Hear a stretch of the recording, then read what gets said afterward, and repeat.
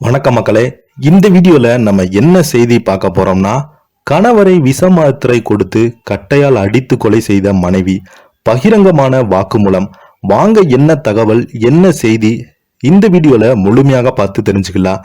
அதுக்கு முன்னாடி நம்ம சேனலை சப்ஸ்கிரைப் பண்ணாதவங்க எல்லாம் சப்ஸ்கிரைப் பண்ணிக்கோங்க. பெல் பட்டன் சிம்பல் அமைக்கி நம்ம சேனலோட நோட்டிபிகேஷனை எனபிள் பண்ணிக்கோங்க. நாங்க போடுற வீடியோ பார்த்தீங்கன்னா உங்களுக்கு உடனுக்குடனே வந்து சேரும். வாங்க என்ன தகவல்னு இந்த வீடியோல பார்க்கலாம்.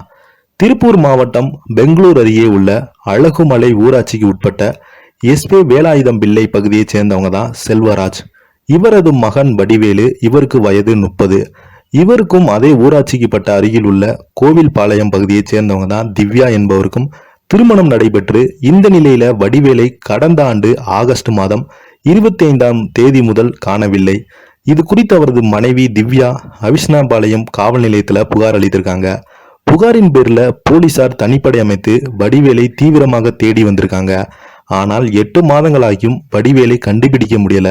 இந்த நிலையில வடிவேலின் தாயார் வேலால் தனது மகனை 8 மாதங்களாக காணவில்லை என்றும் உடனே கண்டுபிடித்து தருமாறு பல்லடம் போலீஸ் துணை சூப்பரண்ட் விஜிகுமாரிடம் புகார் மனு ஒன்றை அளித்திருக்காங்க. இந்த நிலையில போலீசார் சந்தேகத்தின் பேரில் மதுரை உசிலம்பட்டி பகுதியைச் சேர்ந்த பாலாஜி, அவருக்கு வயது 48 என்பவரை பிடித்து தீவிர விசாரணையை மேற்கொண்டு வந்தாங்க.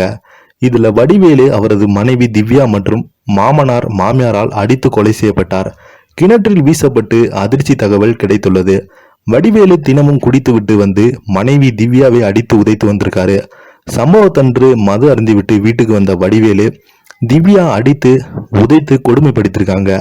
இதனால் திவ்யா தனது தாய் வீட்டுக்கு சென்றிருக்காங்க. வடிவேலு அங்கு சென்றும் மனைவி அடித்திருக்கிறாரு.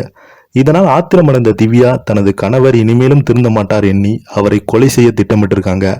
அதன்படி திவ்யா தனது தாய் மரியாள் 48 வயது அவங்களுக்கு, தந்தை தேவராஜ் அவங்களுக்கு வயது 50, அக்கால் கணவர் பெங்களூரை அடுத்து காட்டூர் புதூரை சேர்ந்த தெய்வேந்திரன் ஆகியோருடன் சேர்ந்து வடிவேலுக்கு விஷ மாத்திரை கொடுத்து பின்பு கட்டையால் அடித்து கொலை செய்யப்பட்டிருக்காங்க.